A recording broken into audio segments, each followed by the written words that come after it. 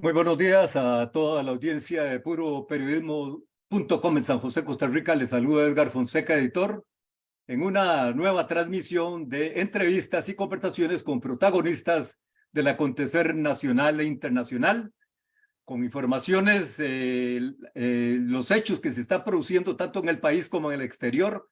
En estos momentos, Acapulco, México, afectado por un severo temporal y más que temporal, un huracán con una fuerza, con una destrucción en las últimas horas, que está azotando Oaxaca y Guerrero en el sur de México y que podría tener algunas secuelas en las próximas horas en la región centroamericana.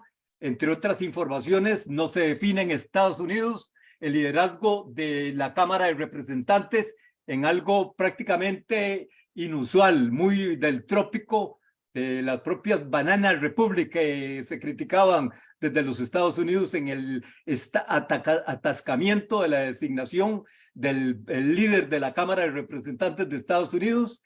Atentos a la evolución en los acontecimientos en la Franja de Gaza, en donde ayer fueron liberadas dos ciudadanas adultas mayores, una de ellas narrando sus peripecias en el cautiverio con los terroristas de Hamas, y la advertencia de la Fuerza Aérea y de la Fuerza del Ejército Israelita de ir paso a paso, pero con el objetivo clave de ir exterminando tanto a los cabecillas de las acciones del 7 de octubre como los remanentes, en particular de lo que se llama el Metro de Gaza, una serie de al menos 3 kilómetros de túneles subterráneos construidos por fuerzas terroristas para movilizarse con al menos 300 rehenes cautivos desde el día de los ataques terroristas de Hamas, el sábado 7 de octubre.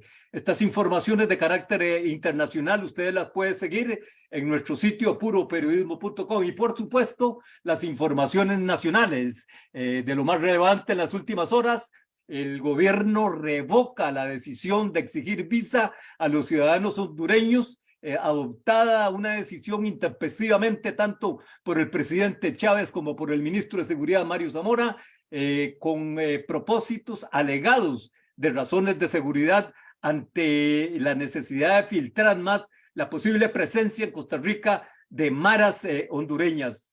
Sin embargo, en medio de un gravísimo conflicto comercial con el sector exportador, tanto local como regional, el gobierno se vio obligado a dar vuelta atrás con esa decisión y desde ayer ya no rige visa para los ciudadanos hondureños. E igualmente, la sorpresiva revelación desde el Banco Nacional de Costa Rica, 3.293 millones de colones como faltante descubiertos el pasado 13 de octubre. La gran pregunta de la opinión pública: ¿por qué hasta ahora revelan eso? ¿Por qué esperaron tanto para denunciar ante la Fiscalía y los alegatos de funcionarios que dieron conferencia de prensa desde el Banco Nacional? Es que no estaban seguros de las dimensiones delictivas, de las dimensiones de flagrancia contra la ley de los supuestos autores. Hasta ahora 5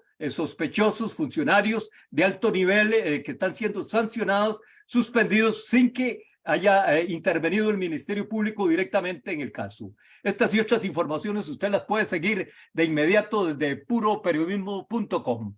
Conversamos en esta oportunidad con la periodista y comunicadora Patricia Navarro Molina, exministra de Comunicación de la administración Chávez Robles en el periodo mayo-septiembre 2022.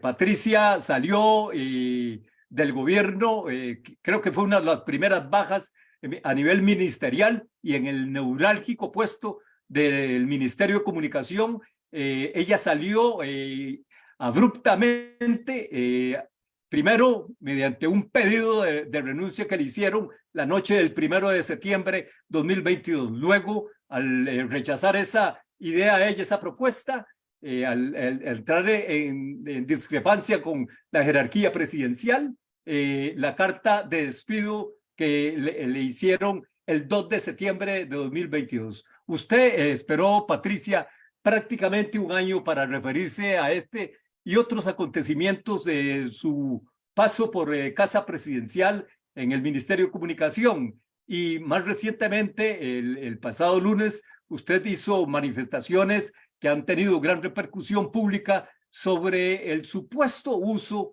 o las supuestas presiones desde Casa Presidencial para el manejo de la pauta publicitaria institucional con presuntos afanes de favorecer la imagen presidencial. De eso vamos a conversar en esta oportunidad con la periodista Patricia Navarro Molina. Muy buenas, Patricia. Buenos días. No sé si será a mí, pero estamos congelados, ¿verdad? Estamos bien, ok. Adelante. Ok, buenos días, es de gusto de conversar con usted en este espacio y gracias por darme la oportunidad de hablar.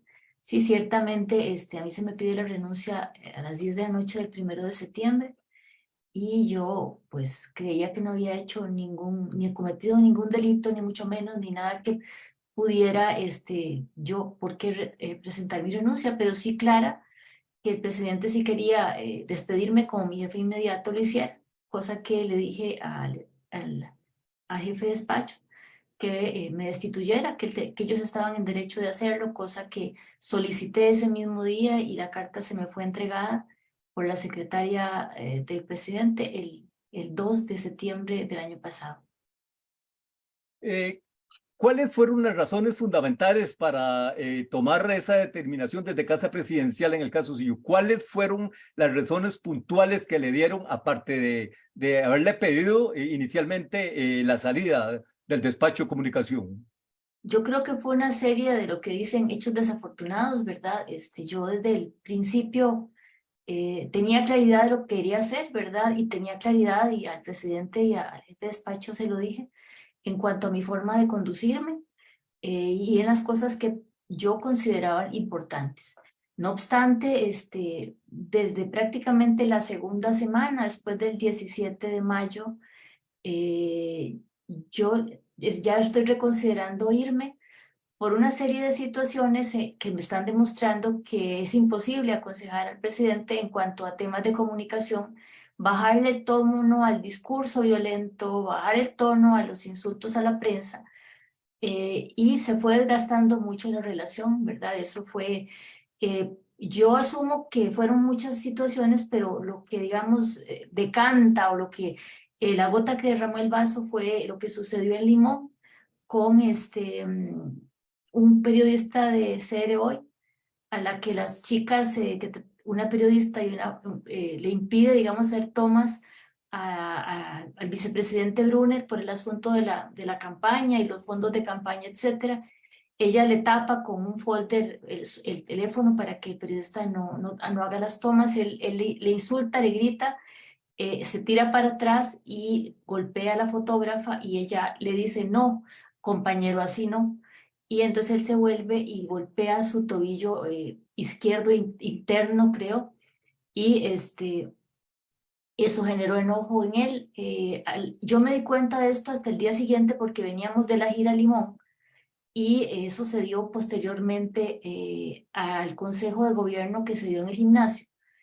Ese día, pues, se nos dijo y se nos pidió que hiciéramos un comunicado porque ya CR Hoy nos había mandado una comunicación un poco donde nos acusaba de que estábamos impidiendo la libertad de prensa, etcétera. Y yo pues dije, no, yo no voy a exponer a mis chicas, vamos a hacer el procedimiento como corresponde. Pedí asesoría con Gabriel Aguilar para que nos ayudara, que qué pasaba si ellas denunciaban. Y él nos dijo que bueno, que ellos eran los abogados del presidente y no podían defenderles a ellas porque una de ellas no tenía temor de denunciar, y su pregunta fue, doña Patricia, si yo denuncio y a mí me contrademanda, ¿quién me defiende a mí? Entonces hicimos el proceso, nos dijo eso, entonces llamamos a la ministra de la Mujer para poder encaminar esa denuncia ante los juzgados en Guadalupe mediante violencia de género, si no recuerdo mal.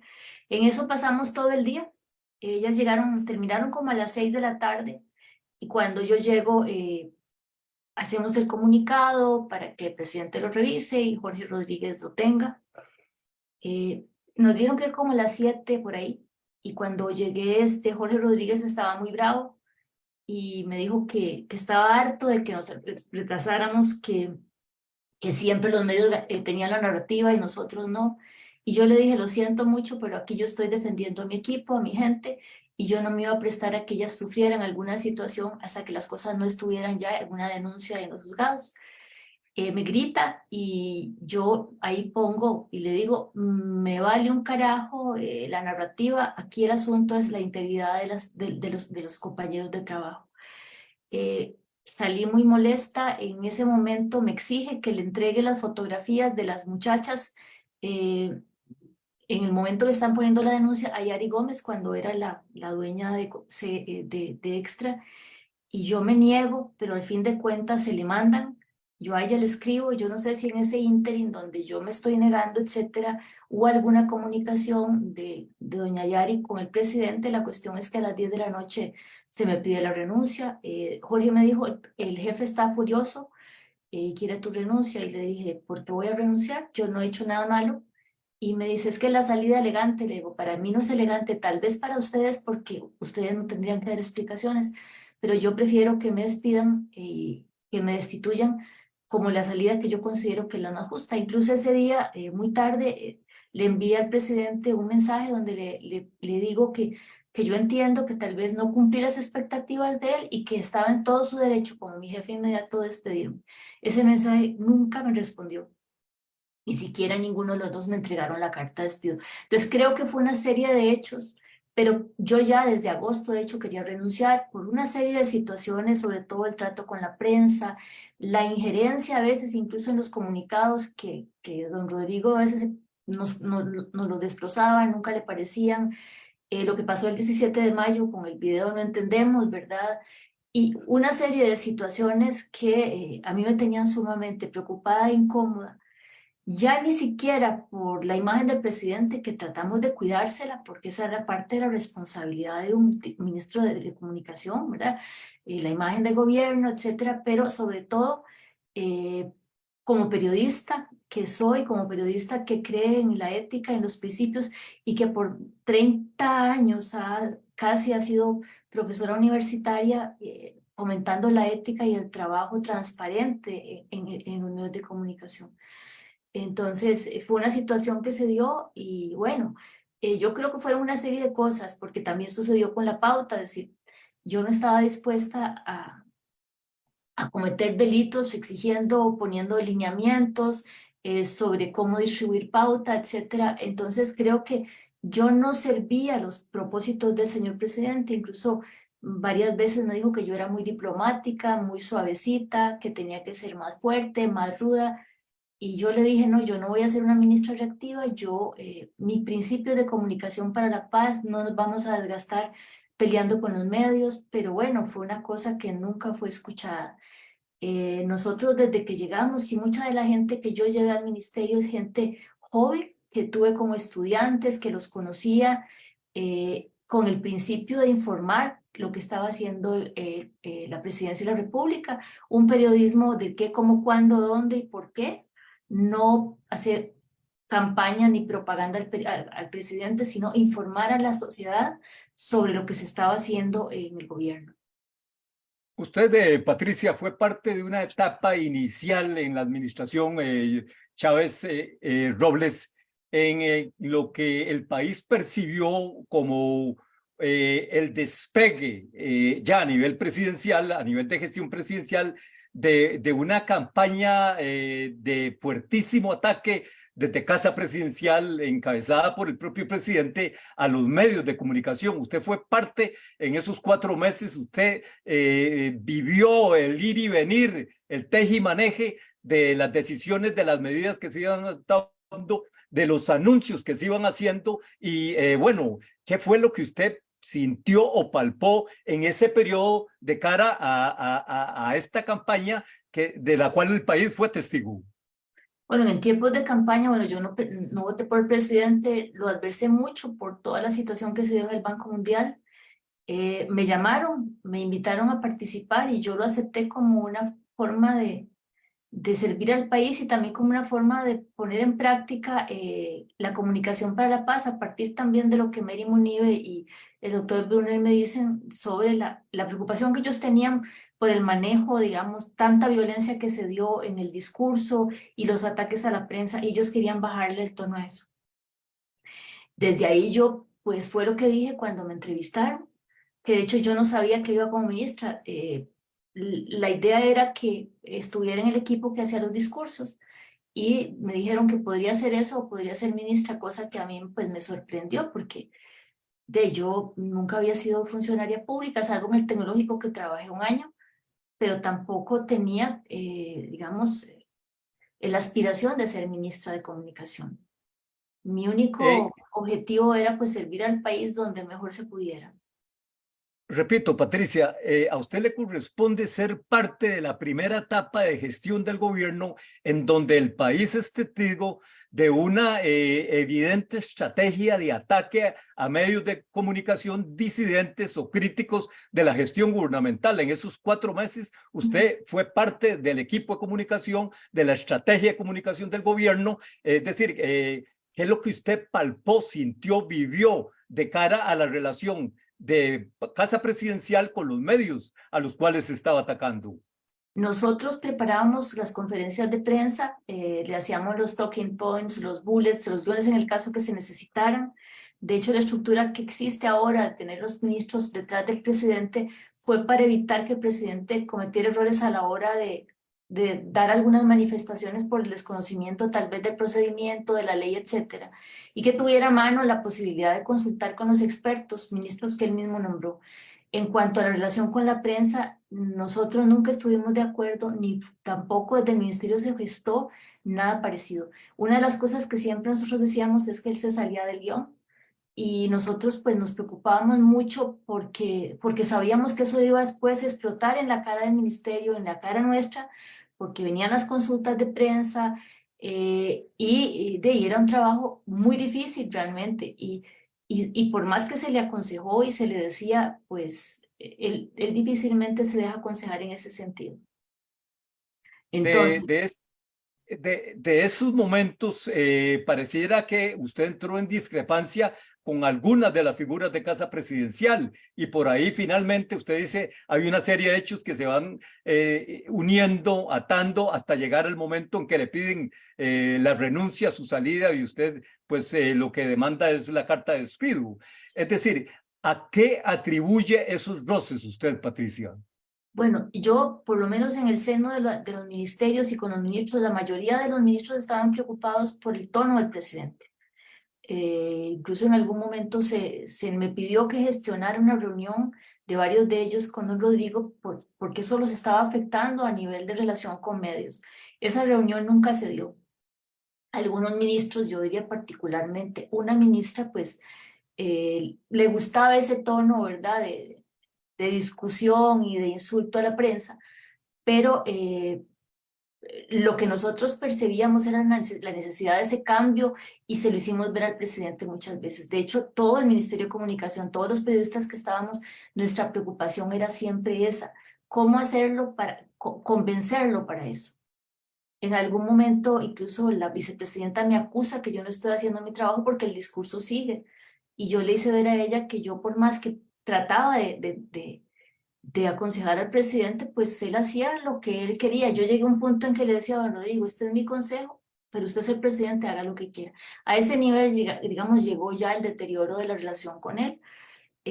¿Por qué? Porque a veces la gente piensa que comunicar es muy fácil, ¿verdad? Pero, y cualquiera se cree comunicador y no entiende que la comunicación es un arte, ¿verdad? No solamente se trata de hablar y decir lo que sea.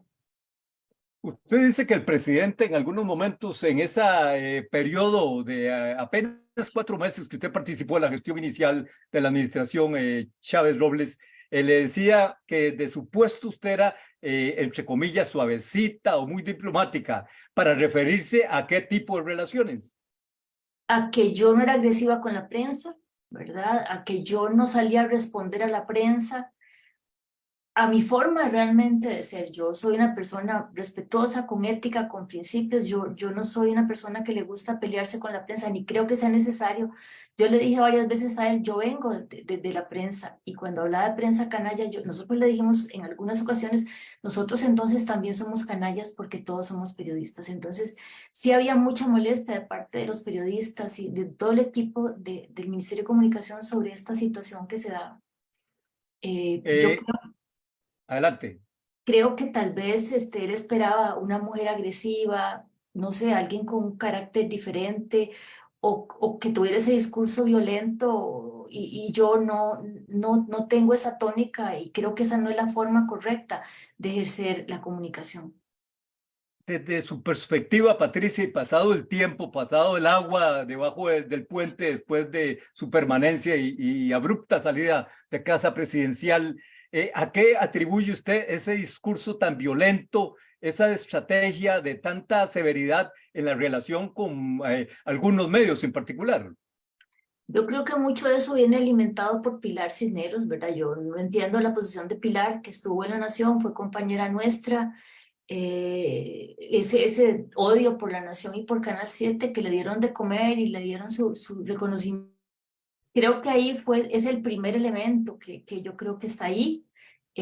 Lo segundo tiene que ver, creo yo, y mi psicólogo, porque después de todo esto yo tuve que acudir a que me atendiera un psicólogo amigo, que fue de hecho mi jefe en la Universidad para la Paz, y un poco hicimos un análisis de la personalidad del presidente, ¿verdad? Entonces, es, ¿verdad? Una personalidad narcisista, un poco agresiva, ¿verdad?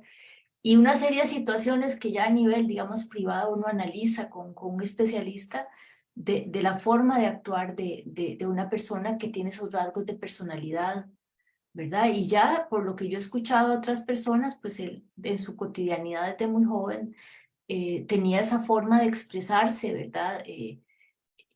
Yo no sé si es una forma de expresar su machismo, su don de mando, no sé, pero sí es un problema que él tiene, y que le ha traído y le seguirá trayendo muchos problemas, porque tiene que entender que el gritar, que el ser autoritario no es parte de un buen liderazgo, ¿verdad? Entonces, Patricia, diga. usted en los momentos en que participó en la jerarquía del Ministerio de Comunicación en Casa Presidencial, es decir, esos rasgos tan severos de parte del presidente de la República en cuanto a su relación, no solo con la prensa, con el Poder Judicial, con los diputados a los cuales acusó en Nicoya de estar jugando de chapitas con los bonos que se estaban por negociar a nivel, una multimillonaria negociación en eurobonos, con la relación con la fiscalía. Es decir, se ve que es parte de todo un tinglado,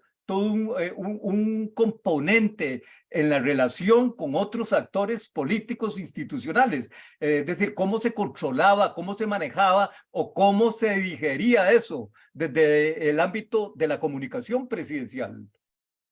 Tratábamos de hacerlo, ¿verdad? Pero como le digo, cuando uno es ministro o es asesor de comunicación, cuando uno ha dado asesorías uno asesora a Sergio Román, que fue profesor nuestro, creo, en la UCR, siempre me dijo, yo trabajé con él en la UPAD, me decía, bueno, uno como consultor recomienda, pero quien recibe esa consultoría decidirá qué hacer. Bueno, ojalá me hubiera gustado a mí que él se dejara aconsejar, ¿verdad? Porque él necesita realmente bajarle el tono a todo esto. Y en general con los ministros también, en los consejos de gobierno a veces era un poco grosero, y a mí me preocupaba mucho porque de pronto antes de las conferencias de prensa de los miércoles empezaba lo que dice uno, ¿verdad? Encafinarse solo, y entonces uno ya sabía que iba a salir, en qué términos iba a salir a atender a la prensa, ¿verdad? Entonces, yo me sentía muy impotente, los chicos nos sentíamos impotentes, porque tampoco sabíamos cómo iba a actuar y con quién. Yo me di en algunos momentos por algunos periodistas, ¿verdad? Y yo le decía a Elvia Rodrigo, es que creo que no es la mejor manera, ¿verdad? Son gente que está haciendo su trabajo, se está ganando los frijoles, y no diga que es prensa canalla. Si usted quiere referirse, refiérase a empresarios que están detrás moviendo cosas y dueños de prensa, pero los periodistas son trabajadores de la prensa que están tratando de hacer un buen trabajo, ganándose su salario y tratando de ser éticos en su ejercicio profesional. Y eso siempre fue lo que a mí me movió, ¿verdad? Porque uno como profesor, y muchos de los que llegaban ahí fueron mis estudiantes, yo los conocí desde el primer día que estuvieron sentados en un pupitre, y eso a uno le lastima profundamente. ¿Por qué? Porque nadie merece ser llamado fauna, ni nadie merece ser llamado canalla, ni filibustero, ni mucho menos. Usted en el periodo de casi 4 meses que estuvo en el Ministerio de Comunicación de Casa Presidencial, llegó a observar un ambiente que calificó de secta. ¿Por qué esa aseveración, Patricia? A mí me llamaba la atención que cuando en los consejos de gobierno él decía aplaudámonos por el trabajo que estamos haciendo y aplaudamos, entonces o cuando él decía algo, ¿verdad?, de que había logrado, la gente aplaudía. Yo no lo hacía y una vez se me hizo ver por qué yo, y yo lo único que dije fue, bueno, yo no soy una fan del presidente, soy súper crítica porque yo, al fin de cuentas, el Ministerio de Comunicación tiene después que dar respuesta a la prensa de lo bueno o malo que él diga. Entonces, y creo que todo buen ministro o todo buen jerarca que trabaja en el área de comunicación tiene que ser un consejero de su jefe, tiene que tratar de que la comunicación sea la correcta y no se puede convertir en el fan o el fan o el seguidor que le aplaude todo. ¿Por qué? Porque eso sí es falta de ética, eso sí es falta de principios para ejercer un puesto. Ese ambiente era unánime. No, bueno, había cierta preocupación de algunas ministras y algunos ministros, sobre todo. Yo es que me sentaba cerca de algunas de ellas, ¿verdad? Cerca de Gloriana, cerca de la exministra de Vivienda, cerca de Carlos Alvarado Briceño, y tenía al frente, digamos, al presidente, al ministro de Comex, al ministro del ICT, al presidente ejecutivo. Entonces, era como el área donde yo veía, yo estaba prácticamente en la parte, digamos, del círculo este, ¿verdad? Entonces yo estaba más cercana en algunos, incluso en algún momento me decían, ¿cómo lo vas a calmar? Ahorita vamos a conferencia de prensa, ¿verdad? Hicieron un trabajo en consejo, yo estaba en consejo de gobierno, pero también organizando desde ahí qué ministros se tenían que quedar, quién iba a hablar. ¿Por qué? Porque nosotros siempre, desde 3 días antes, lunes, martes, hacíamos un estudio de cómo estaba el clima de opinión, qué temas podrían ser importantes que le preguntaran. Entonces hacíamos un ejercicio de alistarle todos los bullets, y lo que tuviera que ver por si había una pregunta. Entonces, le pedíamos consejo e incluso le pedíamos a los ministros que nos mandaran respuestas para que el presidente respondiera adecuadamente o en su defecto, él pidiera ayuda de alguno de los jerarcas. Se hacía una organización, ¿para qué? Para que la prensa tuviera respuestas adecuadas a las preguntas que estaba haciendo a la luz de lo que la opinión pública debía saber. Es decir, por lo menos desde el ministerio no se improvisaba. Nosotros no simplemente armábamos, de mi parte nunca fue un show, aunque en algunos momentos se manejó de esa manera, pero no fue una idea que nació de nosotros, sino de nacía generalmente de la directriz del jefe de despacho. Entonces corríamos a buscar pantallas, etcétera, para hacer una cosa diferente, pero bueno, es la forma, tal vez yo muy tradicionalista, de la conferencia de prensa tradicional, eh, respetando esa investidura presidencial que queríamos que el presidente viviera y pudiera dar esa imagen al pueblo costarricense, porque él es el presidente de este país y tiene como tal que conducirse con respeto a la opinión pública, a los periodistas y a la población en general. Aunque corto el periodo, Patricia, me da la impresión de que viviste con bastante intensidad esos casi 4 meses en comunicación de Casa Presidencial y llegaste a decir recientemente de que fuiste objeto de humillaciones por el actual ministro de Comunicación. ¿En qué escenarios, en qué contextos y por qué ese calificativo de humillaciones? Incluso dijiste, yo no soy moneda de cambio. Bueno, yo en algún momento, yo en agosto le pongo un mensaje y le digo que yo no necesito 1.300.000, que me puedo ir para mi casa, que estaba cansada, y le pedí nada más que protegiera a la gente que se quedara, porque era gente mucha que se podía así quedar sin trabajo. Él me dice y el audio lo tengo ahí, ¿verdad? Y yo se lo pasé de hecho a La Nación, en el que él me dice que él se jugó su cuota de poder conmigo. Eh, yo pues yo a Jorge lo conozco, o creí conocerlo porque yo lo contraté de profesor en la UACA cuando dirigía la carrera de Relaciones Públicas. Hicimos cosas muy lindas cuando yo fui directora de carrera y él trabajaba con el gobierno cuando estaba el canciller Estaño, y le tomé mucho aprecio y siempre tuvimos una relación cercana. Pero el Jorge Rodríguez, y de hecho las primeras semanas que yo trabajé con él me dijo, vamos a hacer cosas lindas, pero yo no pensé que esas cosas lindas decantaran en eso. Sí, sí hubo, digamos, exigencias, él siempre llegaba al Ministerio de Comunicación, nos pedía que hiciéramos determinadas cosas, era como el intermediario entre el presidente y nosotros. Bueno, entonces, si en algún momento cuando nos atrasábamos con alguna cosa o cuando algo no le parecía o había respuestas a prensa que nosotros no podíamos responder por el presidente, teníamos que solicitarle al despacho que hiciera la respuesta correspondiente porque nosotros no podíamos meternos en el pensamiento del presidente. ¿Ve? Sabíamos que si hacíamos algo en lo que él no estuviera de acuerdo, preferíamos que él fuera quien respondiera o ellos respondieran porque yo no podía hablar por el presidente. Entonces, varias veces sí, incluso hubo un momento y creo que fue cuando se da este video, cuando el video en el que ellos responden, Brunner y el presidente sobre los fondos de campaña, ¿verdad? Del audio que se filtró. Nosotros llegamos al despacho, no sabíamos si había que hacer guión o no, y llegamos y yo me encontré que estaba Pilar ahí. Pilar ya había hecho el guión, se puso a maquillar al presidente, a maquillar a Bruno, entonces yo me senté viendo que mi gente hiciera el trabajo correcto técnicamente. Fue toda mi aportación. Cuando salimos, pues esperaba que el video saliera pronto, pero no salió con la rapidez que él quería. Y eso fue motivo para que él explotara, fuera abajo, audiovisuales, y gritó arriba. Después nos reunió y se disculpó, pero no era la primera vez, ¿verdad? Yo creo que en ese sentido, la presión que él vivía, y yo lo entiendo en el sentido de que tal vez no sabe manejar la presión. De hecho, uno de los chicos del ministerio le dijo, usted no tiene inteligencia emocional. Debería de cuidarse un poco porque podría estar una cámara o un celular encendido y lo podrían grabar.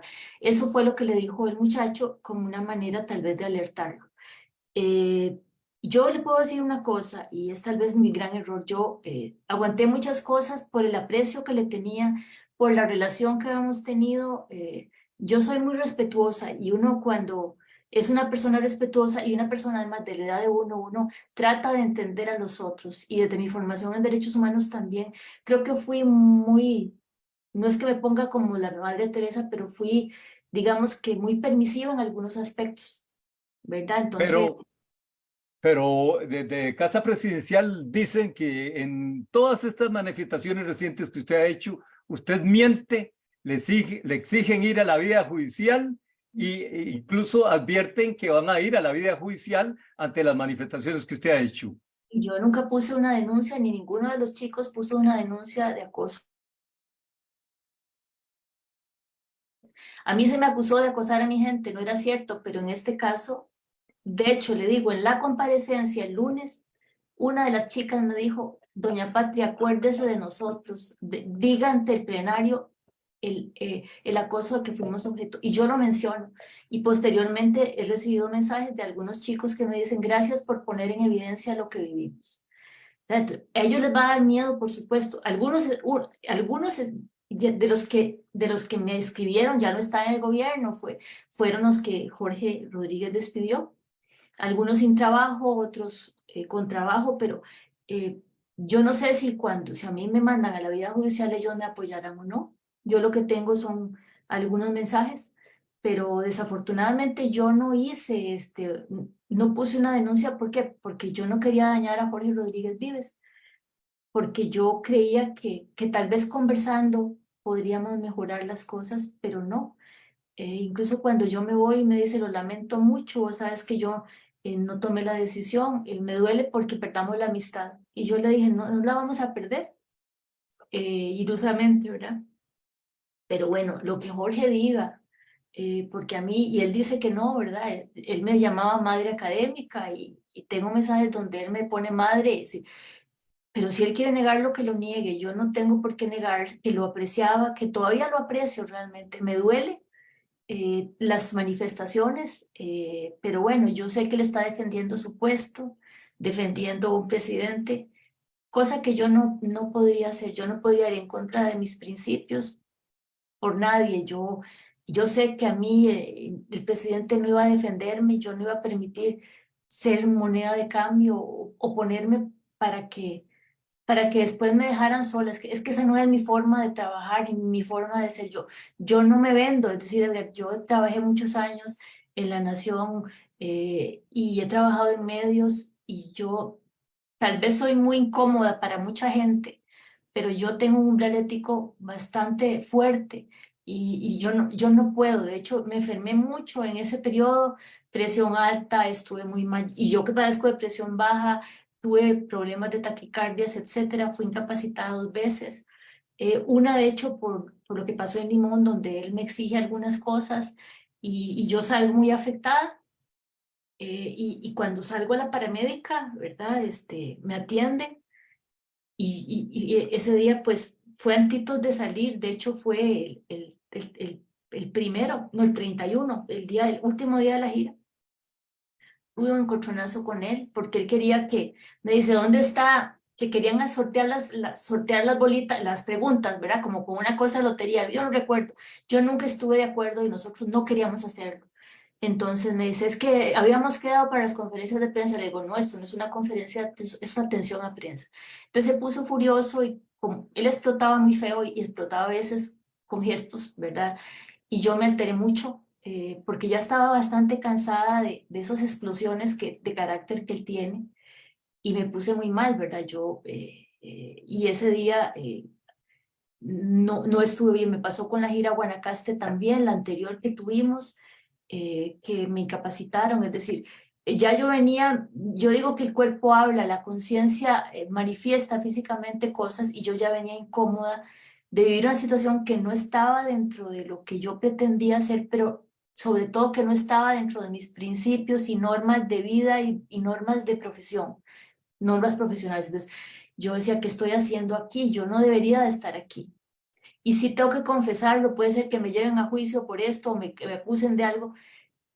Llegó un momento en que ya yo me quedé como una buena periodista que quería vivir eso y conocer cómo se manejaba eso por dentro.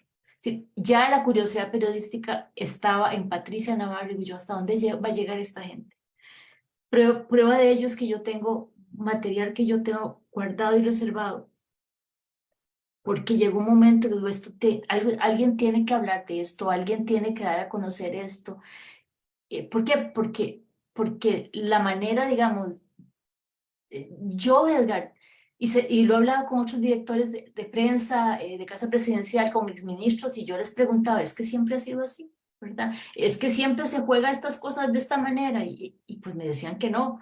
¿Y por qué? Porque uno nunca ha sido ministro, uno no sabe de cómo se dan las cosas, cómo son las presiones. Es decir, si todos los presidentes hacen este tipo de cosas, o los jefes de despacho. Entonces, para mí todo esto era un mundo diferente, ¿verdad? Una cosa que yo no había manejado. Yo trabajé en la Universidad para la Paz, conozco a Maurice Strong, que fue presidente del Consejo de Tierra, conozco gente en Naciones Unidas, fui asesora de servicio de Adolfo Pérez Esquivel, Premio Nobel de la Paz, para una actividad. Es decir, he tenido ese tipo de trabajos a nivel, digamos, de Naciones Unidas. eh, Fue directora de prensa del Tecnológico y uno pues, y además directora de carrera en algunas universidades y uno conoce diferentes temperamentos de los jefes, pero yo no sé si el mundo político tiene que ser siempre de esa manera, ¿verdad? Donde uno tiene que embarrarse a la mano.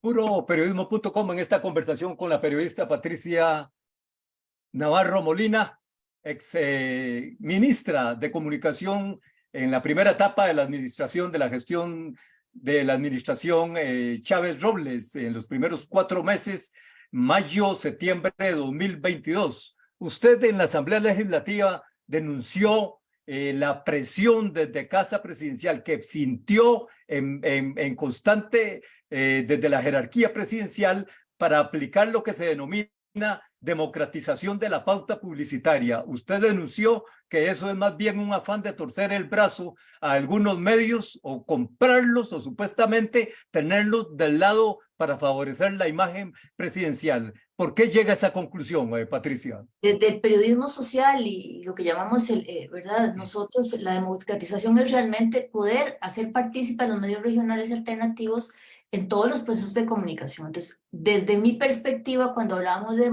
democratizar la pauta, yo tengo un concepto, ¿verdad?, del tercer sector, cómo se trabaja.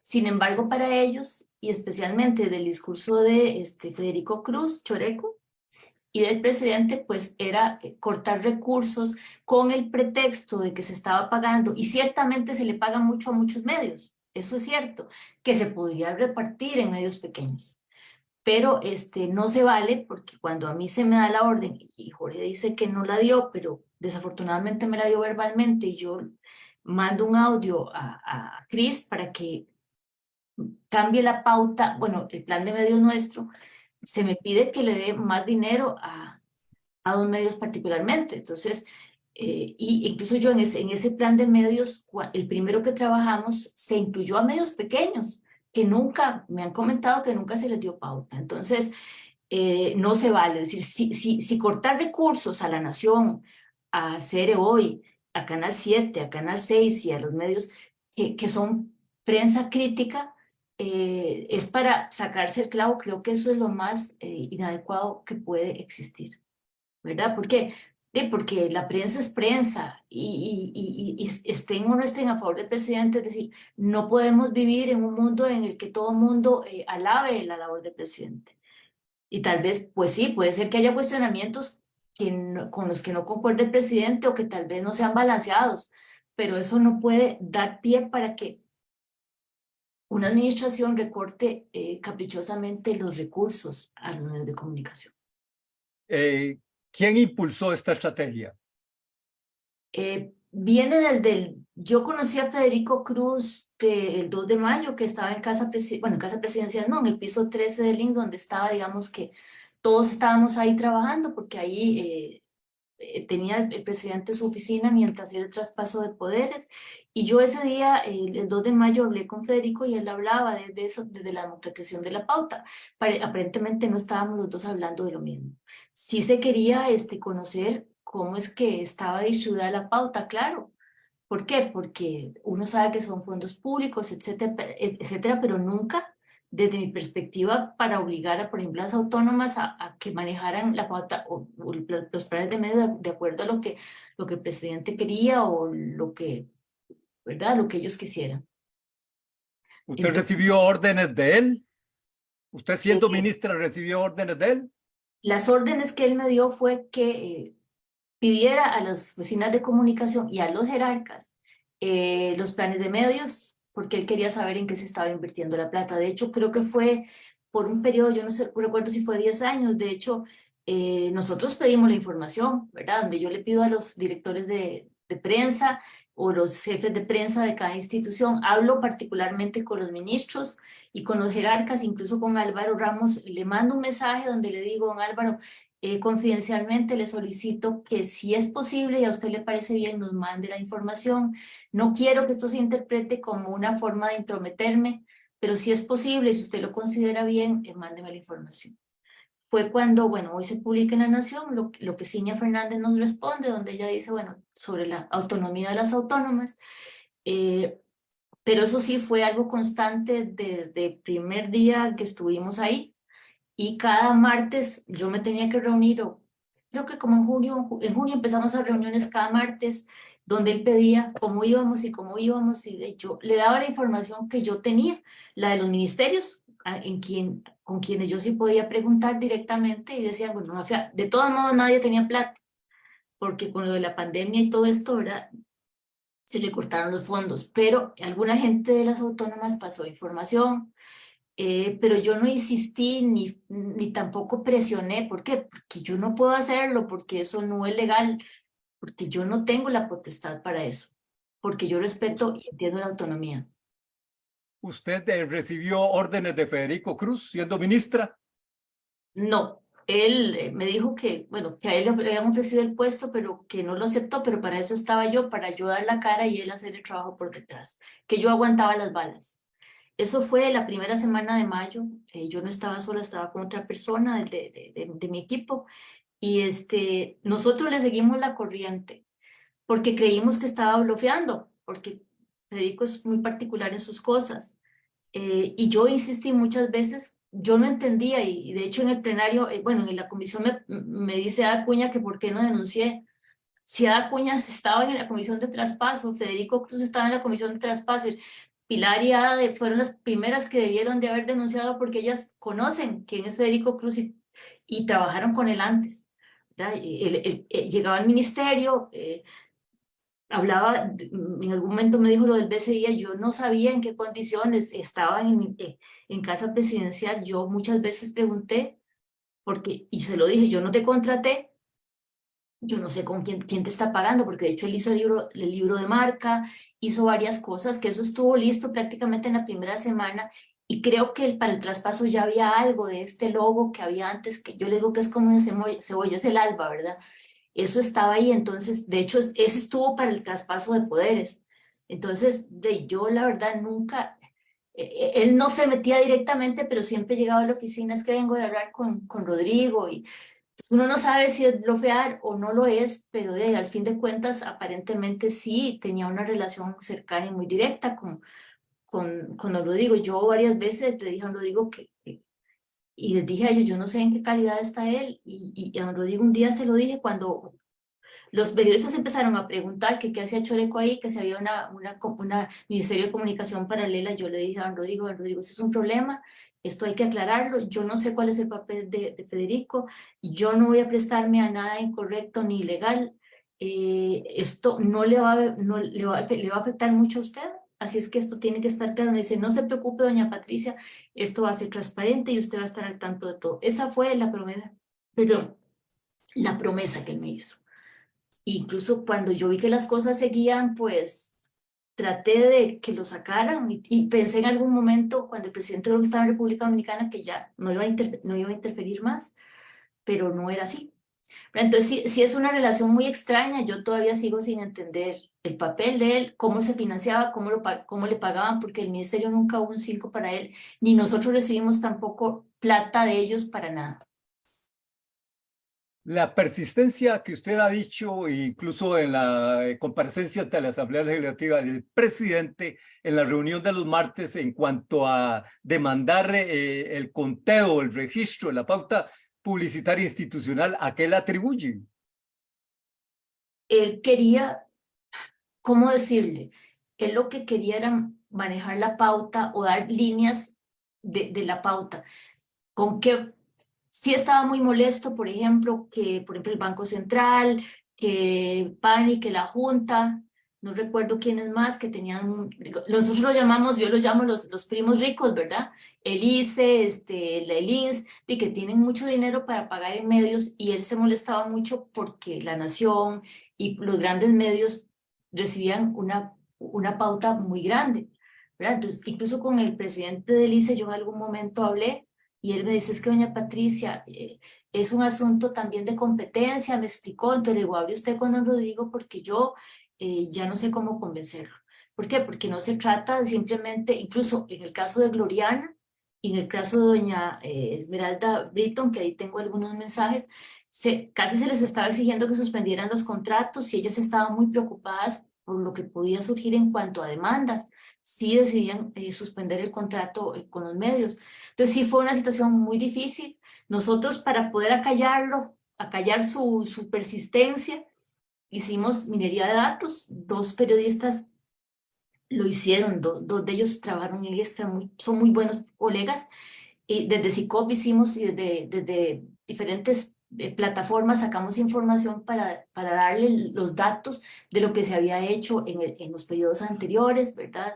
Creo que fue desde el periodo de Laura Chinchilla hasta el periodo de Carlos Alvarado, pero aún así no estuvo contento. Hicimos un trabajo de semanas, corrimos mucho, pasamos madrugadas haciendo el trabajo. Creíamos que era la única forma viable, honorable, ética de dar información para no violentar esa independencia o esa autonomía de las instituciones autónomas sin nosotros caer, sí, porque nosotros no podíamos caer en ese tipo de cosas. Yo protegí mucho a mi gente de cosas de este tipo. ¿Por qué? Porque uno es periodista y recuerdo una vez, te lo digo una vez en una reunión que tuvimos, no sé de qué fue, riéndose me dice, ay, doña Pati, usted nunca, cuando usted se vaya de aquí no va a conseguir trabajo en ninguna parte. Y yo le dije, yo espero pensionarme ahorita. Bueno, de por sí usted es académica, le digo, bueno, yo trabajé en La Nación y se sorprendió. Yo no sé si nunca vio mi currículum, pero eh, ¿verdad? Son cosas que uno dice, la gente que llegó ahí es gente, por lo menos la que yo llevé, gente ética de principios, preocupada, porque ellos decían, profe, doña Patricia, porque algunos habían sido mis estudiantes y ahora se confundían y me decían, profe, doña Patricia, cuando salgamos de aquí, ¿qué vamos a hacer? ¿Quién nos va a contratar? Y aquí, ¿verdad? Preocupados del futuro profesional que pudieran tener, ¿verdad? Porque venderle la conciencia a un presidente tampoco es una cosa que uno pueda hacer ni deba hacer tampoco, ¿verdad? Entonces, nosotros no somos monedas de cambio, nosotros no nos podemos como profesionales poner de alfombras para que nos pasen por encima y después ver, nos sacan, nos despiden y nos quedamos en la calle y ¿quién va a velar por nosotros? Nadie. Conversamos desde puroperiodismo.com con la periodista Patricia Navarro Molina, exministra de Comunicación de la administración Chávez Robles, en los primeros 4 meses, con una salida bastante abrupta de su parte al ser destituida ante el pedido que le hicieron inicialmente de renunciar, al estar ella en desacuerdo con una serie de directrices desde Casa Presidencial en cuanto a la relación con la prensa y en particular en algo que ella ha venido a revelar recientemente ante los medios y ante la Asamblea Legislativa, del manejo de la pauta publicitaria institucional, supuestamente para favorecer la imagen del presidente. La Fiscalía anunció que investigará los extremos de las declaraciones de la periodista Navarro Molina y que eventualmente la citará como testigo. ¿Ya la contactó la Fiscalía? No, señor, eso me tiene muy preocupada porque, bueno, yo no tengo abogado ni plata para pagar uno, ¿verdad? Lo que tengo es mi testimonio y algunas pruebas de WhatsApp y grabaciones que he guardado, creo que yo de manera preventiva e inteligente, pero no me ha llamado todavía. Me preocupa, digamos, de qué manera se vaya a manejar. ¿Por qué? Porque yo he dado mi versión sin tratar de dañar a nadie, contando lo que viví, lo que sucedió, con la honestidad que creo me caracteriza, pero no me han llamado Edgar todavía y eso pues me preocupa. A mí no me gusta estar en el ojo público, y menos sentir que uno puede terminar, no sé, ¿verdad? Yo nunca me he visto en estas cosas y eso es muy angustiante. De hecho, he pasado malas noches desde que me llamaron la primera vez, bueno, me dijeron que me iban a convocar y el lunes pasado estuve y no hubo convocatoria porque no dio tiempo, pero he pasado semanas muy difíciles. De hecho, desde que yo le hablo a la Nación, estaba yo fuera del país, le hablo a la Nación, lo hice previniendo que pudieran empezar a hablar mal de mí. Entonces decidí hablarle a Natasha con toda la, digamos, la honestidad del caso y dándole las pruebas que yo tenía y sabiendo también que estaba corriendo un riesgo ¿en qué sentido? Un riesgo más aún reputacional, el que me loden, ¿verdad? El que digan cosas de mí. Yo veo el caso, por ejemplo, de Gloriana, que llega gente a acusarla de que fueron acosados sexualmente, y realmente a mí eso me asombra, y uno le da miedo que ese tipo de cosas se den, aunque no son verdad. eh, Pueden montar muchas cosas. Pasó con esto del BCIE, por ejemplo, ayer publican un oficio donde yo aparezco en la comisión. Yo nunca supe de ese oficio, yo nunca lo recibí y yo no sabía que estaba en la comisión, solo sabía que eran 3 personas del BCIE y 3 personas del ministerio, y yo hablé con Andrea Araya de que tenían que ser personas que conocieran de producción audiovisual, expertos del tema. Eh, pero yo aparezco en ese documento, yo nunca lo vi, nunca lo leí, nunca me lo dieron. En esa semana estábamos preparando la gira Limón, fue el 22 que tiene la fecha de su oficio, tal vez no lo leí, no sé si me llegó, la verdad es que yo ya no sé qué creer, igual que inventaron que yo había pedido un carro de lujo de 60 millones, cosa que yo no lo hice. Lo hizo el equipo de administración del ministerio sin que yo supiera, porque yo no me metía en asuntos de presupuesto. Veíamos si había que comprar cámaras y todo, y se hablaba sobre necesidades, pero yo nunca dije que quería un carro de 60 millones. Una cosa es que alguien lo haya pedido y haya quedado ahí en el presupuesto, pero que Natalia Díaz diga que yo se lo dije, yo nunca me reuní con ella, nunca se lo solicité, y a mí me asombra ese tipo de aseveraciones, como me asombra ese documento que salió publicado, ¿verdad? Y yo, eso fue el 22, digamos que lo mandaron. Yo nunca lo vi, nunca me llegó a mi correo, y si aparece por ahí nunca lo leí. Pero además de eso, yo, el lunes siguiente yo iba para gira. Entonces, ya cuando regresé, el primero ya estaba despedido en la noche. Entonces, nunca fui a ninguna reunión del BCIE. Yo nunca estuve en ningún proceso de licitación, ni dando voz ni voto a nada de esto. Llegamos al cierre de esta conversación con la periodista Patricia Navarro Molina, exministra de Comunicación de la administración Chávez Robles, con recientes denuncias de supuestas presiones desde Casa Presidencial para el manejo de una pauta publicitaria con el afán supuesto de favorecer la imagen presidencial. Estas denuncias han sido en el ámbito de una comparecencia legislativa y han tenido repercusión a nivel judicial cuando el fiscal general anunció que investigará los extremos de las manifestaciones de la periodista Navarro Molina. Patricia, usted ha dicho, me ha afectado en lo personal, me ha afectado en lo profesional, me ha afectado mi reputación.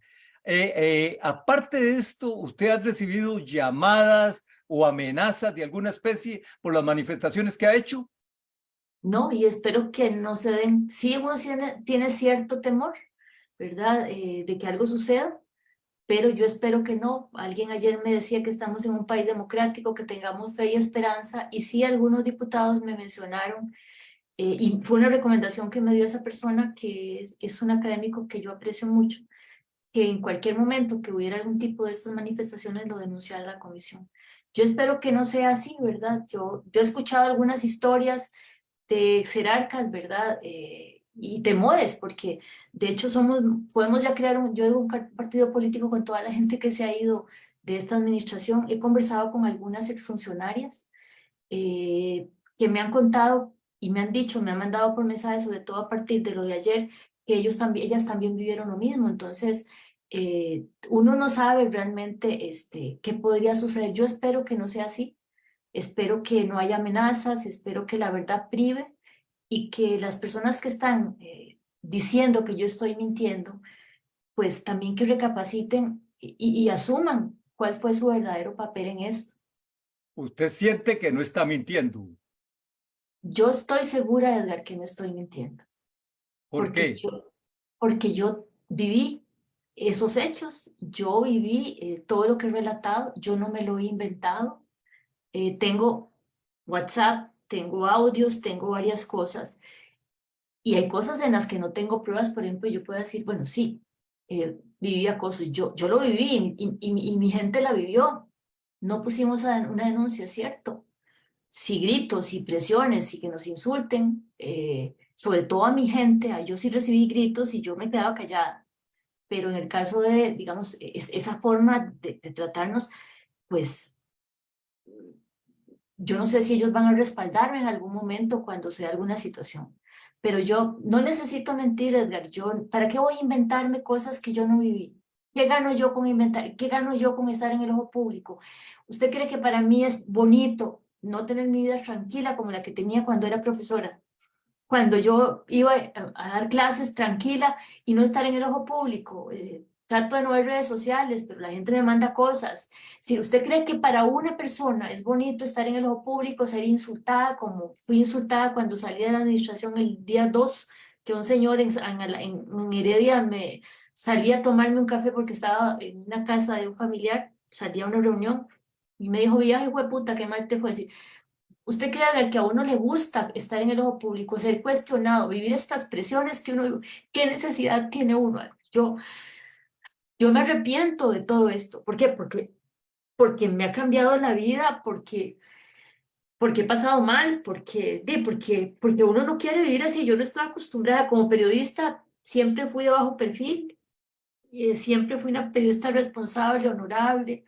Yo no quiero ni el estrellato, ni la fama, a mí no me interesa, yo lo que quiero es hacer las cosas en las que yo creo y hacer lo que hago como profesora y hacer lo que me gusta en la academia y ser un ejemplo para mi familia, para mis estudiantes, para los colegas, pero nunca estar en estas. Yo deseo volver a abril del año antepasado y recuperar la vida que yo tenía. ¿A qué atribuye que la acusen de mentir? Yo creo que es la estrategia. Yo creo que cuando la gente no tiene recursos para negar las cosas, recurren a eso. Yo sé que es mi palabra contra la de Jorge Rodríguez, en el caso que yo hablé, que él dice que me va a llevar a estados judiciales. Sí, hay gente que lo vivió. Yo me guardé mucho esto y le voy a decir algo, y se lo voy a decir muy en confianza. Cuando yo estuve en el día del traspaso, que fue la actividad social, conocí a los papás de Jorge, y yo como madre quiero que cuiden a mi hijo y que lo cuiden en el plano, digamos, moral y ético. Y yo dije, yo nunca le voy a hacer daño a Jorge Rodríguez Vives, porque como funcionaria y como una persona honorable, yo no quisiera que a mi hijo nadie le hiciera daño, pero en estas circunstancias en las que se está jugando con mi reputación, yo tengo que defender mi reputación. ¿Verdad? Yo no estoy en el gobierno, yo no tengo poder para defenderme, yo no soy ministro, ya no soy una jefe de despacho, yo no tengo el beneplácito del presidente. Y digamos que no tengo los recursos para poder defenderme de toda la ola de cosas más que mi palabra, más que, y mucha gente me ha escrito desde ahí, me dice, nosotros la conocemos, los estudiantes me dicen, profe, nosotros la conocemos su trayectoria de vida, es lo único, Edgar, que a mí me respalda, mi trayectoria de vida, mis principios, mi testimonio de vida, es todo lo que yo tengo, Edgar, y que la crisis reputacional que yo he vivido, sobre todo de gente que no me conoce, incluso, y gente que me conoce, es que cómo aceptaste ese puesto, sí, metí las patas, digo yo, pero a mí me respalda una vida honorable, una vida ética. Tal vez no soy la mujer más brillante, tal vez no soy la mujer, no sé, pero sí tengo mis principios y siempre he tratado de conducirme con una moral y con una ética y con principios que los respeto. Yo tengo una familia y no quiero que mi hijo y mi esposo tengan que escuchar o digan, uy, Pachi, qué bárbara, aceptaste plata o te dejaste corromper y que en los medios sale que yo quedé para la historia como una mujer corrupta. Edgar, para mí eso es la muerte. Mi padre siempre nos dijo, al fin de la vida lo único que le queda a uno es el buen nombre. Y es lo que estoy defendiendo, mi buen nombre. ¿Por qué? Porque yo no quiero andar de boca en boca donde se diga como Acuña trató de insinuar, ¿verdad? Que yo soy una persona corrupta. Yo no sé de juegos políticos, no sé de manejos políticos. Yo no debía haberme metido en esto. ¿Por qué? Porque yo no tengo la malicia política. Ellos sí, Jorge Rodríguez Vives tiene varias administraciones, él conoce todo este mundo, para mí todo esto es nuevo. Y cuando uno es nuevo en esto, un señor, el día que estaba la semana pasada, que estaba ahí, me dijo, es que buscan gente honorable para eludar la reputación. Pues sí, tal vez gente ingenua, porque yo creo que mi decisión de aceptar el puesto y pensar que podía cambiar algo y aportarle algo al país fue ingenuo. Fue tal vez Daniel Camacho, mi profesor, ¿verdad? Que tal vez usted lo conoce, que fue fundador de la UNA, doctor en Derecho. Él decía que las utopías eran muy importantes. Yo tuve a Daniel Camacho de profesor en bachillerato en la UCR, después en la maestría y en el doctorado, y decía que las utopías son importantes porque son como un faro de luz que te guía. La utopía era esa, bueno, poner en la práctica todos mis conocimientos de comunicación para la paz. Yo trabajé en Centroamérica como comunicadora centroamericana de comunicación, trabajamos con diferentes sectores tratando de promover la no violencia, bajar el tono de la violencia, así, se trabajó, y decía yo, bueno, qué bonito poder llegar y poner en la práctica en mi país algo que para mí es un anhelo, que este país tenga una comunicación, que no haya tanta violencia ni en lo discursivo, que no haya ni violencia estructural, ni violencia cultural, ni violencia directa en este país, que podamos vivir con respeto mutuo y sin tantos homicidios y sin todo esto que está pasando, que a uno se le hace el corazón un puño. Yo soy una promotora de la cultura de paz, me comprometí desde el 96 a ese trabajo, y con esos principios me fui, con esos principios sigo. Soy una mujer creyente en Dios y sé que Dios me ve, que Dios sabe lo que yo hago y es a quien más temor le tengo, ¿verdad? Porque, y después está el respeto a mi familia, el nombre de mi papá y mi mamá que están muertos. Para mí eso es muy importante. Yo por dinero no me voy a corromper. Yo por dinero no, si yo tengo una casa sencilla, vivo en una propiedad aquí en Coronado, en la montaña, una casa grande, un terreno grande que nos costó 7,5 millones en el 2004 que lo compramos. Pero no tenemos lujos, tenemos un carro modelo 94, es decir, yo camino a pie para ir a la U cuando no había pandemia, aquí no pasa bus, aquí no pasa nada. Antes de que hubiera Uber, yo caminaba 3 kilómetros para ir a dar clases a la Universidad Nacional a las 8 de la mañana, salía a las 5:30 a caminar por medio de Boñigas y por medio de vacas. A mí eso no me da vergüenza, Edgar. ¿Por qué? Porque yo soy una mujer fuerte, una mujer que no le gustan presumir ni los lujos ni nada. Entonces, para mí, digamos, esto de estar en el gobierno fue tal vez una posibilidad de hacer algo diferente, pero como se lo dije al presidente, yo no estoy aquí por poder, ni por dinero, ni por imagen. Me puedo ir con mis 250,000 pesos que me gano en la universidad dando clases. Entonces, Patricia, muchas gracias. gracias a usted, Edgar. Si tiene algún punto final para compartir con la audiencia de puroperiodismo.com, adelante. No, agradecerle el tiempo y disculparme porque hay cosas que sí me quiebran, ¿verdad? No me gusta, pero bueno, agradecer la oportunidad, pedirle a Dios y hacer un llamado a las personas que estén negando lo que yo diga, que hacen ver que yo miento, que hagan un examen de conciencia, que tomen en cuenta lo que sucedió realmente, que vean sus valores, que se examinen y que se acuerden de una cosa, que lo que sembramos, eso recogemos. Así de sencillo, y que la justicia de Dios está ahí. Es decir, yo sé que los molinos de Dios mueren despacio, pero fino, y que creo que el temor de Dios, el temor a Dios es lo que tiene que mover el trabajo nuestro en cualquier área de la vida. Desde puroperiodismo.com hemos presentado una entrevista con la periodista Patricia Navarro Molina, exministra de Comunicación de la primera etapa de la administración Chávez Robles. Esta conversación ha estado en vivo en la red de Zoom, Facebook Live. Estará pronto en el canal YouTube de Puro Periodismo y en las redes Twitter, Instagram y Thread. Y por supuesto, los grandes referentes de esta conversación, entrevista, usted los podrá encontrar en nuestro sitio puroperiodismo.com. Desde San José, Costa Rica, les saludó Edgar Fonseca, editor. Nos encontramos en una próxima edición. Muchas gracias.